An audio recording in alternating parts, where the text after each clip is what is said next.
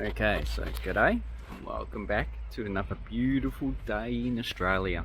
So today we are at Warburton and we have a lot of good geology around here. So behind me we have, I think it's granodiorites, granite, that make up those peaks, and on the other side we have the Archeon Calderon. So this is a former volcano. I think it's about 350 million years ago, and it's collapsed into the empty magma chamber. So the batholith is emptied and then it just collapses.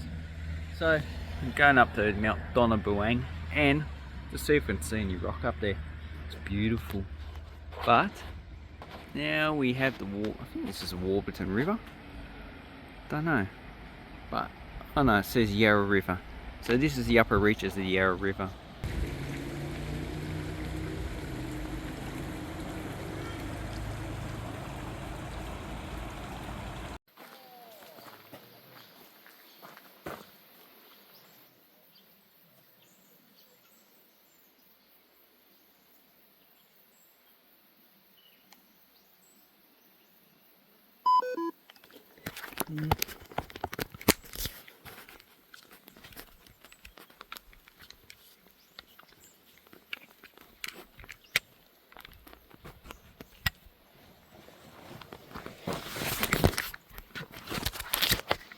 So here we are at La La Falls. La la la la.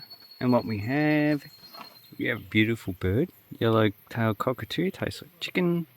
Beautiful wallaby, tastes like, don't know, fairy wren. And this is where we are. And we're going to walk all the way down there. And then afterwards we're going to go, oh, it's too far. Anyway, I don't have a selfie stick or a gimbal. My wife stole it. But at the park, looks like we got some granodiorite. Looks like equigranular granodiorite. I can see some feldspars, smaller granites, not granites, quartz, some micas, looks like micas, probably muscovite, and also, yeah, this might be a little bit equigranular, but I don't see any large crystals or feldspar at all. So this is all the rock of La La Falls. So anyway, this is all classed as the Warburton granodiorite, and it's about the same age as the Marysville Igneous Complex, which is behind me, and behind me is pretty much the Archeon Cauldron, or a collapsed caldera, and they age about 380 to 350 million years ago. So this is all the granodiorites in central Victoria are from the same age, so it's all from the same volcanic complex. So probably, based on what I've read, hey, go, I'm recording now. So this is the La La Falls, and you can hear the falls in the background. Beautiful. So I'm not really up to date on the geology of this region. I am reading up on it. So, and a lot of the geology that I'm reading is from texts from the 1970s, which are probably a little bit out of date. There would have been a little bit more research than currently known. But basically, this is probably, this would have been part of a trough, so the Melbourne Trough, which is towards the east, towards Melbourne. And here we would have had the Tabarabaran orogeny material. I'm not really that fit. So this is part of a volcanic, how would it be? I think there was the Van Dieland come up south, was causing extension, and it would have allowed magma to actually rise up underneath the crust. So a lot of this magmatic material, some of it comes from the mantle, which is I-type granites, and some of it is S-type, which is sedimentary type granites. So basically you've got the I-type coming up. Well, some of it would have welled and just sat at the bottom of the crust, and as it's sitting there, it's heating up the crust, and then the crust itself, it's melting and going up through the Silurian sedimentary rock, and probably also the Cambrian as well. So, and then it would have extruded, or a lot of times it just would have formed a batholith underneath ground. And if it did form a volcano, then that's been totally eradicated. But here, the Archean cauldron is a remnant of one of those volcanoes, or maybe a set of volcanoes, in which it is mainly ignimbrite.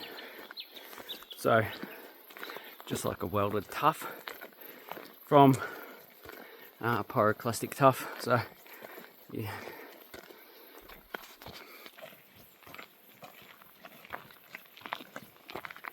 Then you get these beautiful tree ferns. So this one's probably about, I'd say 5 meters high. Can't climb it, it's too tall. And we have these, might be yellow gum, I don't know what eucalyptus trees these are. And there might be some Nopophagus in the wetter areas. But as you can see, this is just a beautiful place to come up bushwalk.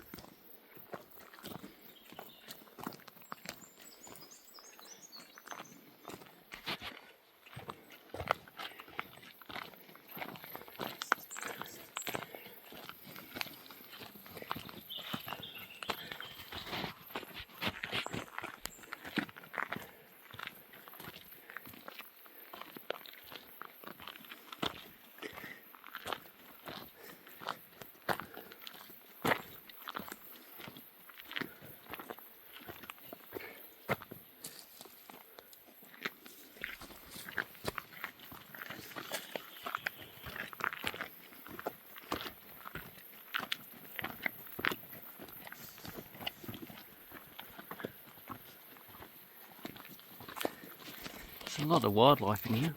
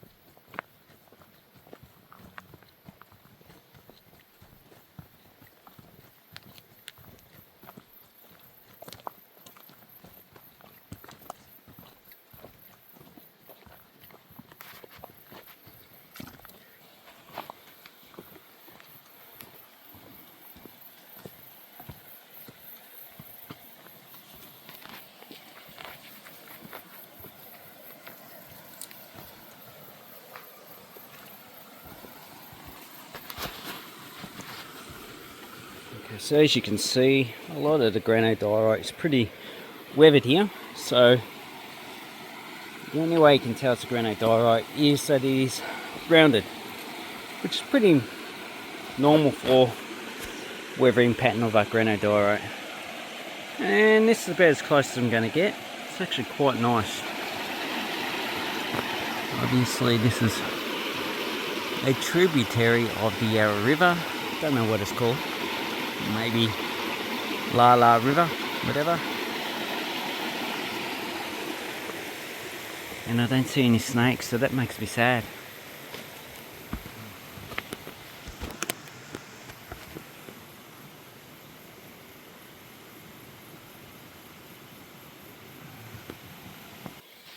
Oh look, we have a troll bridge.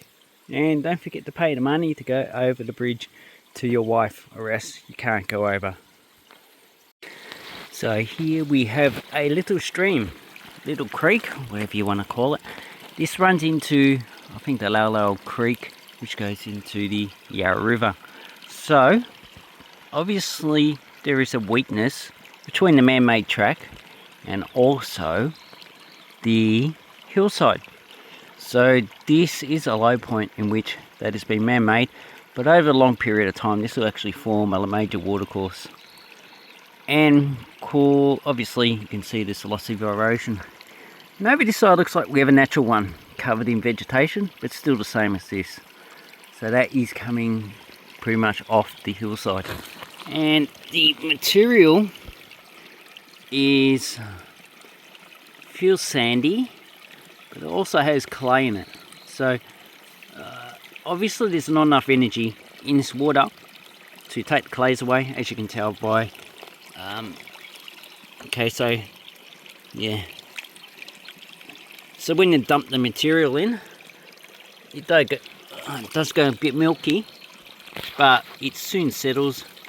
Some of the clays are taken, so that looks a bit clayey, but it will go clear as the clays are taken away and the sand is deposited.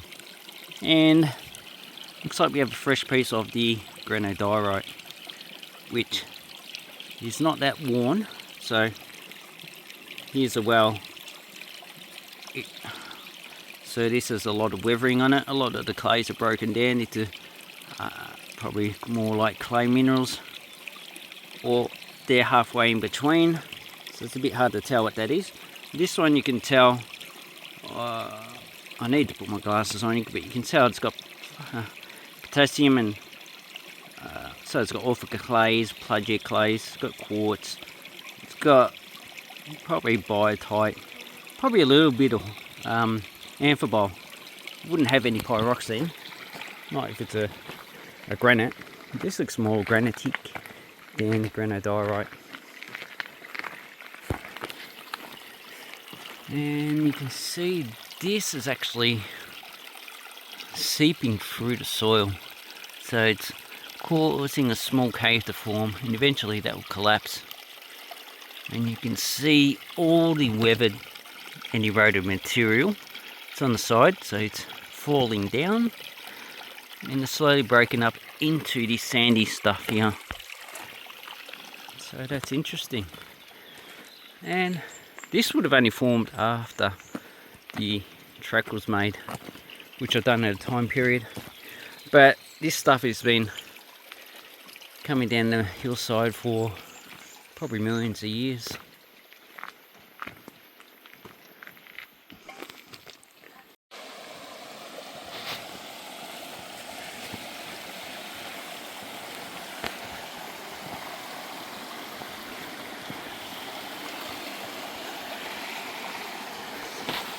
So walking up this track, all over the place, it's just regions of very hard material, which causes these waterfalls to be formed.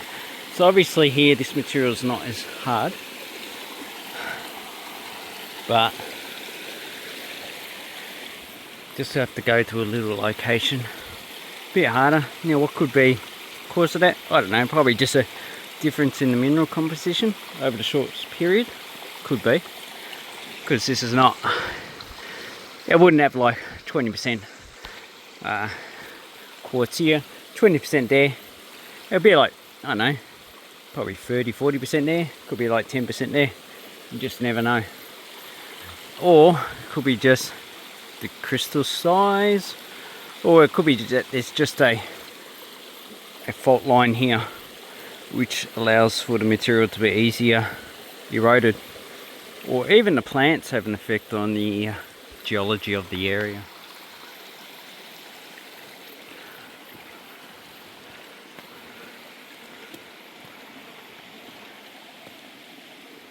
Okay, so here we have the Warburton granodiorite. Obviously, by the looks of it, the density down below and up the top is the same.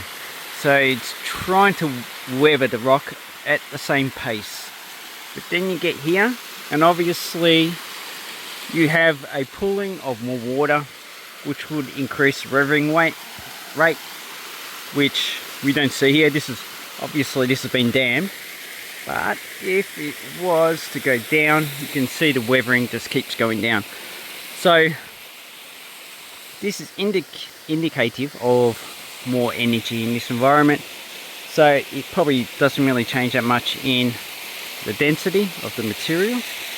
But fractures in the rock can increase the weathering rate. There's lots of flies and mosquitoes here. They want to eat me alive. But how did this waterfall form? Well, if you know anything about waterfalls, you'll know that these recede.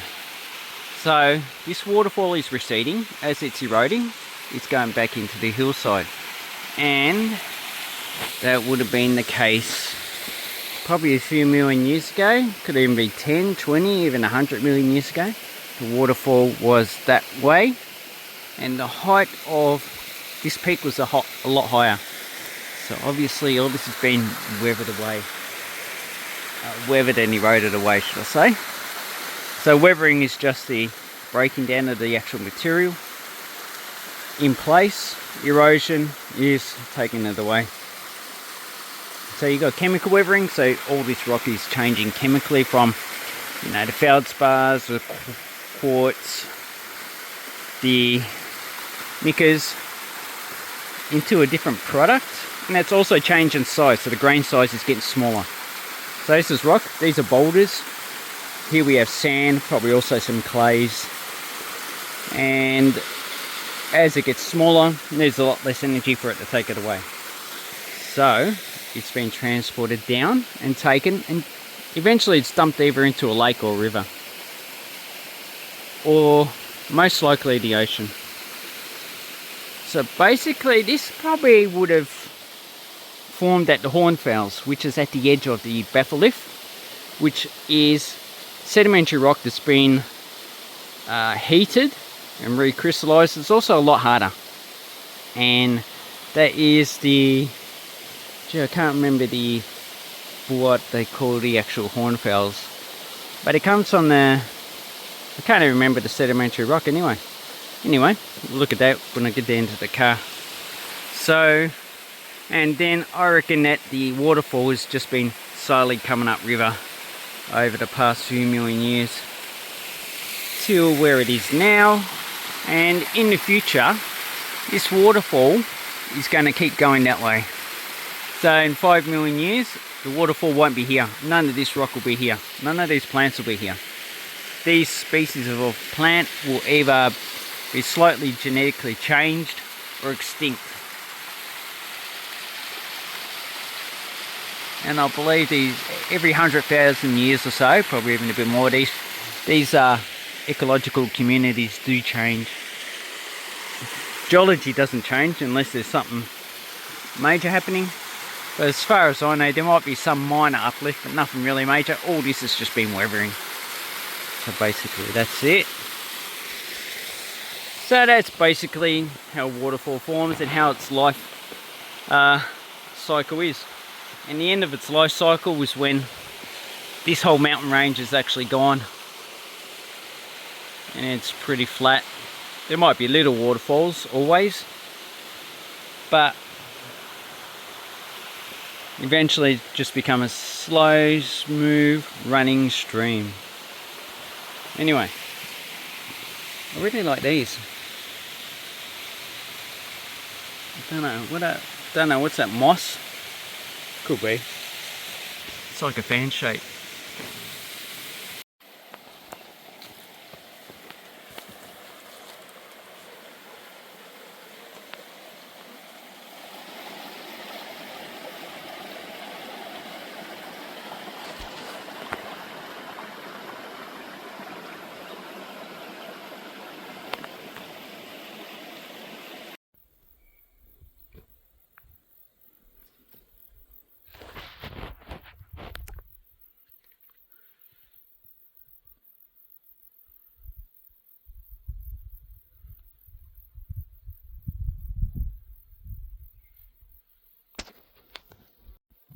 Okay, so I'm at Mount Donabuang, and the range behind me is the Chiron Cauldron, and that is basically, this is what they class as a Mount Donabuang not granodiorite, rhyodacite, and it is a former volcanic crater.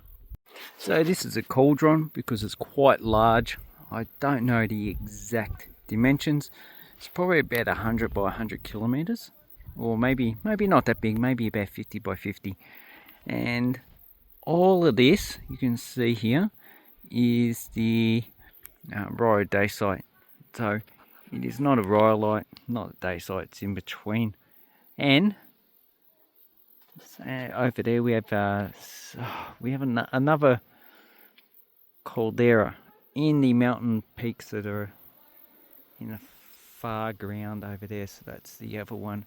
That's probably the outer edge. And as you can see, this forms a lot of high ridges and mountain peaks. Now, I don't know the elevation of here. This today was just a ad hoc travel down here, so I didn't have time to do any research on the geology of this area. As you can see, we have a lot of eucalyptus trees, beautiful. So this has all been cut down to allow you to have a view, although there is a observation deck you can go up, but I don't like going up that shit, so I'm not going to. I should actually get over that, get over the heights. Anyway,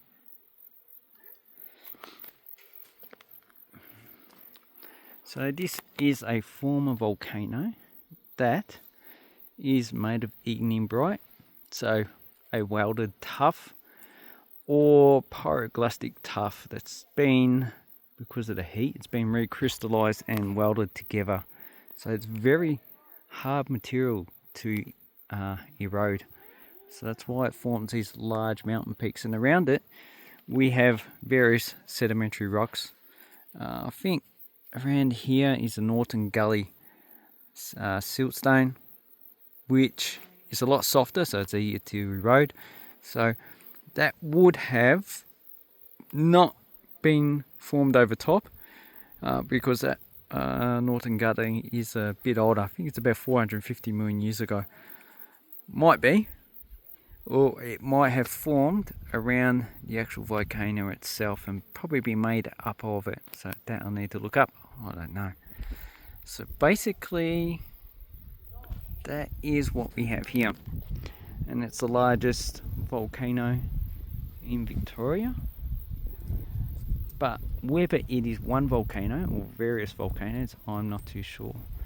So basically, the magma chamber has been emptied, spat out, and formed this tuff, and then the volcano itself has collapsed in on the magma chamber, so it's just sunk. And that's why a lot of this material has not been eroded now, because it is lower in elevation than the volcano originally was. So I would say the volcano is probably a few kilometers up in the sky that way. Probably would have been quite large considering the dimensions. Everything you see here is the former volcano.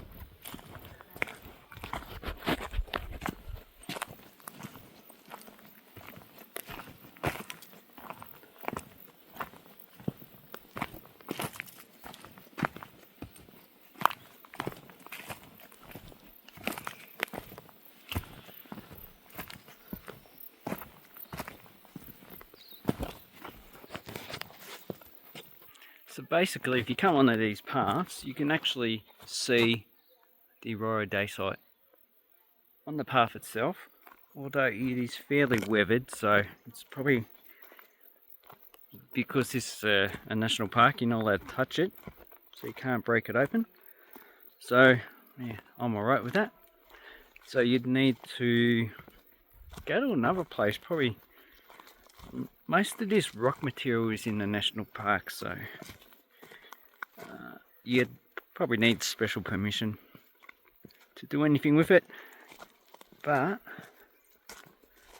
this is probably the best place you're going to find the rocks. So it's not really that good, but it is nice to walk into. So you got beautiful yellow flowers, although I think they're weed. You have lots of native plants, and if you look at, you can see how lush and green it is. So this is more like a subtropical rainforest, and we have tree ferns just starting to colonise the area. So this might have been cleared at one time, but the trees have been regrowing, and in winter this actually gets quite a lot of snow. So if you like your snow, come here in winter. But yeah, it has a lot of lichen, nothing special. I'm trying to see if we can find just a fresh exposure, so something's been eroded, but I'm probably not really going to find that here.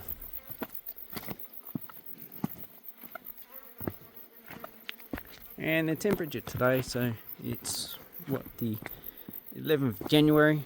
Is it the 11th? No, it's the 10th of January. Sorry, I'm going into the future. So basically, it's 32 degrees today. Yeah, and hay fever's setting in. Okay, so basically, this is how you're going to find the rock a lot of times. It's going to disguise itself. So that's basically camouflage. Although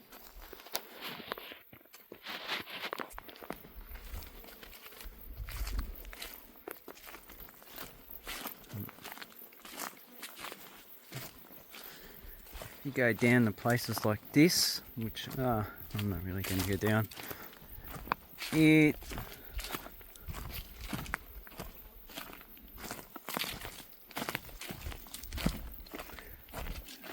basically you can just walk for hours around here. And so, looking at that, that's pretty much just, looks like lichen just on top of it. So this is pretty much altered material, and it's also covered in lichen, moss, and other organisms. So basically, how you get to fresh materials, you need to crack all this open, but that's a lot of effort. Also, probably illegal, but it's a nice forest. And it's a lot darker than what it looks now in this camera.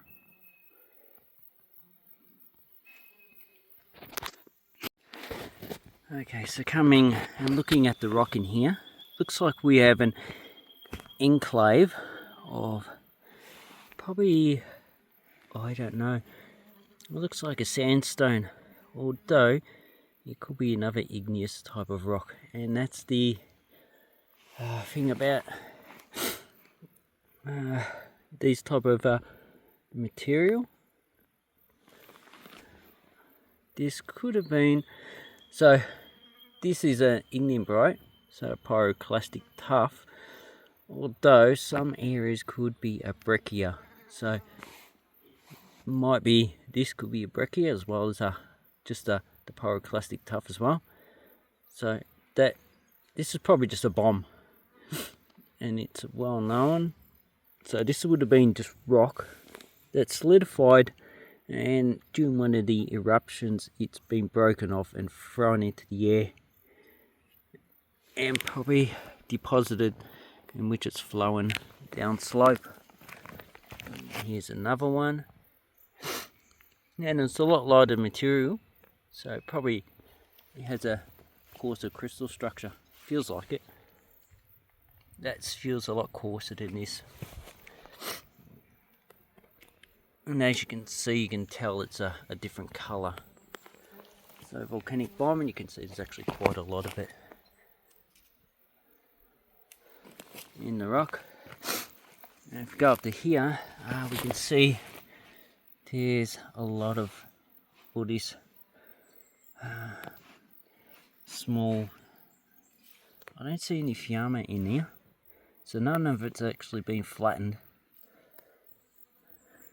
but there is some, and the weathering of it actually does disguise it a bit. So here's some more.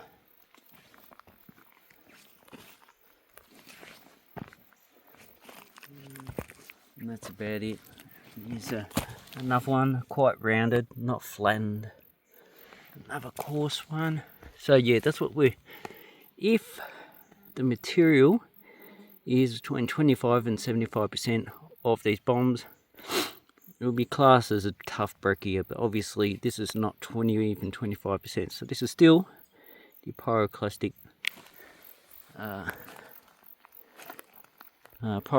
flow, pyroclastic tough.